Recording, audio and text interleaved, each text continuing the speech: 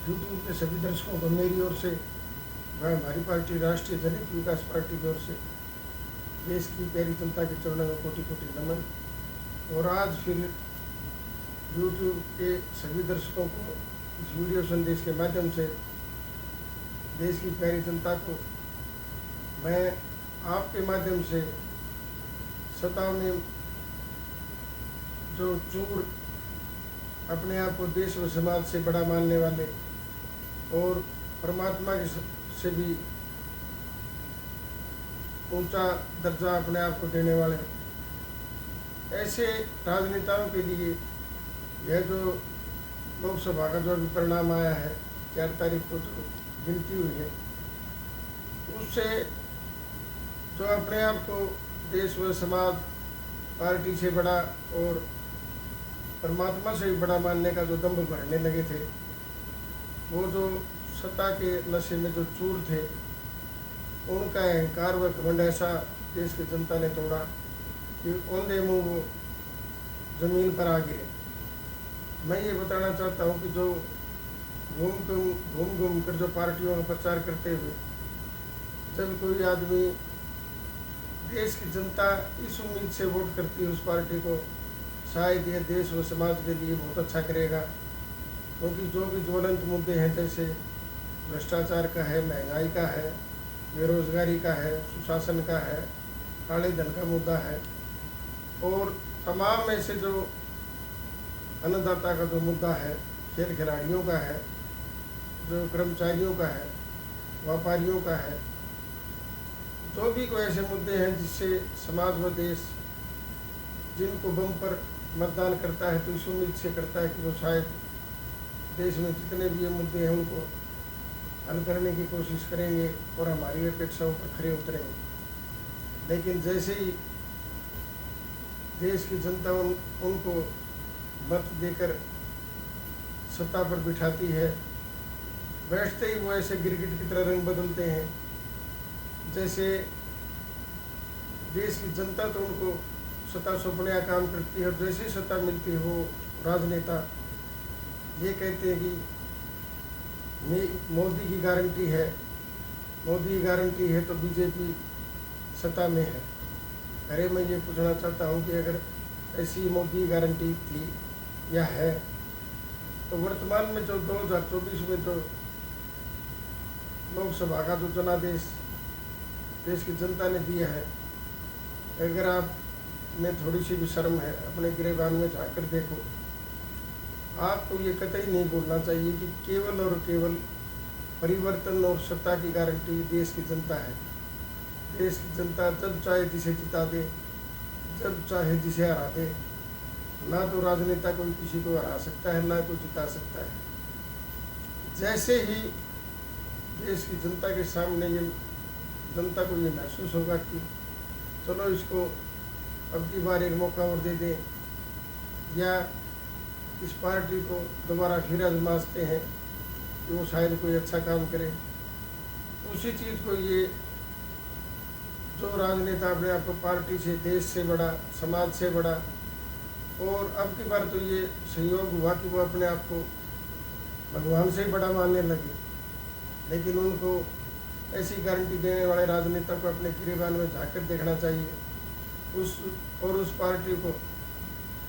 यह जरूर आत्ममंथन करना चाहिए कि जो अयोध्या में आपने राम मंदिर का शिलान्यास किया, वहाँ भगवान श्री राम की मूर्ति को स्थापित किया और सारा श्रेय आपने ये लेकर पूरे देश में और पूरी दुनिया को ये संदेश देना चाहा कि भगवान श्री राम को तो मैं लेकर आया हूँ। आप ये देखिए कि तो अयोध्या की खुद की अयोध्या में जो भारतीय जनता पार्टी की जो सीट थी, भगवान श्री राम के चरणों में जो सीट थी, वो जब हार गई और उसके आसपास बहुत सी लोकसभा की सीटें जो गारंटी देने वाली पार्टी की और गारंटी देने वाले राजनेता की जो वो सीटें हार गई, तो तब उस पर ये अब भी वो खिसियानी बिल्ली खंबा नोचे की भांति हमारी पार्टी सबसे बड़ी है, एनडीए की सरकार बनेगी, लेकिन मैं उसको ये बता दूं इस वीडियो संदेश के माध्यम से, घमंड आज तक ना किसी का रहा, ना भविष्य में किसी का रहेगा। क्योंकि देश की जनता जब किसी पर विश्वास करती है तो उसको आसमान की ऊंचाइयों पर बिठा देती है, और जब वो सत्ता में बैठकर मनमानी करने लगता है और अपने वायदों को भूलकर वो तानाशाह प्रवृत्ति को अपनाता है, तो यही देश की जनता उसको अरस से फर्श पर लाने का ऐसा जोर का झटका देती है कि वो आने वाले कई सालों तक उसको ये नहीं समझ पाता कि ये हुआ तो हुआ कैसे और इसके पीछे क्या कारण था। क्योंकि देश की जनता चाहती है कि जो उसके मूलभूत सुविधाएं हैं, मूलभूत मुद्दे हैं, उनका समाधान हो। लेकिन जैसे ही सत्ता में बैठे ये राजनेता मत तो केवल आम जनता का, देश की जनता का लेकर और चंद परिवारों के लिए, जैसे कि आज आपने देखा लगभग 22 परिवार देश में ऐसे हैं जिनके लिए जो भी पार्टियां सत्ता में आती हैं उन केवल और केवल उनको ज़्यादा से ज़्यादा धन कैसे हो, उनके लिए नीति बनकर और उनके माध्यम से जो सत्ता में बैठे हैं उनकी कठपुतली बनकर उनको उनके माध्यम से आम देश की जनता को धन को खजाने को ऐसे लुटवाने का काम करती हैं जैसे कि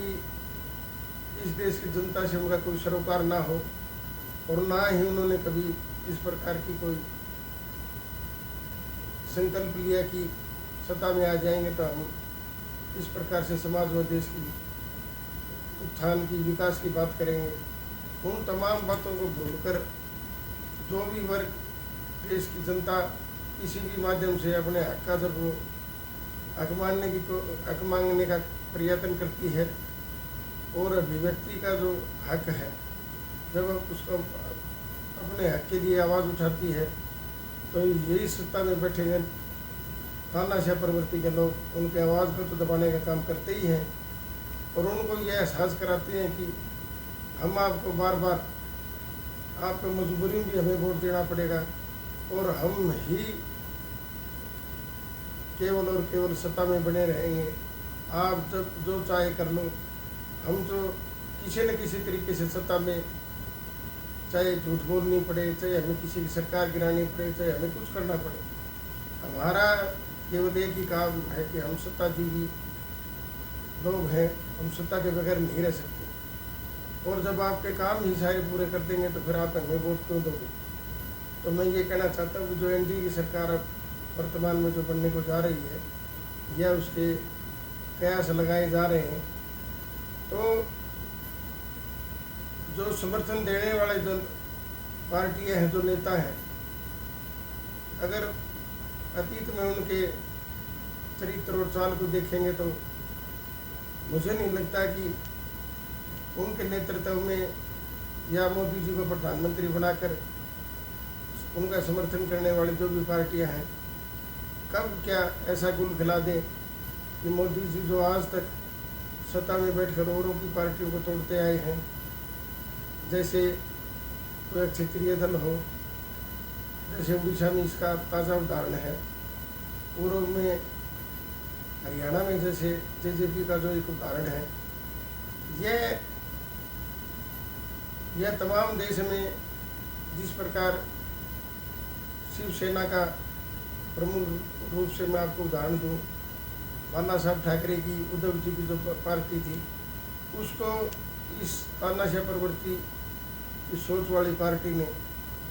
पूरी तरह से उसको ख़त्म करने की कोशिश की। लेकिन कहते हैं ना, जो कर्म हम खुद करते हैं उसकी सज़ा हमें अवश्य ही भोगनी पड़ती है। तो ठीक आज बीजेपी का वही हाल है। 400 पार का नारा देने वाली आज अपने बलबूते पर जो बहुमत का आंकड़ा है 272 का, उसको भी नहीं महसूस की और मजबूरी में उसको अन्य पार्टियों का सहारा लेना पड़ा। एनडीए की जो घटक दल है उसके अगर जैसे मनमानी की या जिस प्रकार के 2014 और 19 में जो मोदी सरकार ने जो फैसले लिए, वो तो भविष्य में कतई भी संभव नहीं है, क्योंकि चंद्रबाबू नायडू जो टीडीपी पार्टी के प्रमुख हैं, वो अब मौका मिलते ही ज़्यादा से ज़्यादा अपनी मांग रखते हुए बड़े बड़े पदों को लेने की कोशिश करेंगे। यही हमारे नीतीश बाबू जी का हाल है। तो ठीक, चाहे कोई 5 सीट जीत कर आया है, कोई 2 सीट जीत कर आया है, सबको बहुत ही फायदेमंद और मलाईदार पद उनको चाहिए। और जब उस तमाम जो भी बाहर से एनडीए की सरकार में जो भी जितने घटक दल हैं, अगर 2019 या 14 की भारतीय मनमर्जी करने की कोशिश की, तो वह दिन दूर नहीं जब प्रधानमंत्री श्री नरेंद्र मोदी जी के नेतृत्व में चल रही सरकार को तुरंत प्रभाव से ऐसा खेल कर देंगे कि ना वो घर के रहेंगे ना घाट के। तो इस प्रकार मेरा केवल एक ही कहना था कि एनडीए की सरकार का केवल और केवल देश की जनता के सामने किस प्रकार का आचरण करना कि तीसरी बार एनडीए की सरकार तो बनेगी, लेकिन मजबूत नहीं बनेगी, मजबूर जरूर बनेगी। और मजबूरी का फ़ायदा जब हमेशा बीजेपी ने जब और पार्टियों को उठाया, तो और पार्टियों को क्या इतनी भी समझ नहीं कि अब उनका दाव लगा है, तो वो इस दाव को खाली नहीं जाने देंगे। इसलिए देश की जनता ने जो जनादेश दिया है, इसके लिए मैं पूरे देश की जनता का अपनी पार्टी की ओर से, और जो भी पूरे देश में चाहे सांसद हों चाहे विधायक हों, कई जगह विधानसभा के चुनाव थे, पूरे देश में जो लोकसभा के चुनाव थे, सभी जीतने वाले प्रत्याशियों को हमारी पार्टी की ओर से बहुत बहुत हार्दिक शुभकामनाएं, बधाई। और इसके लिए जो भी सत्ता में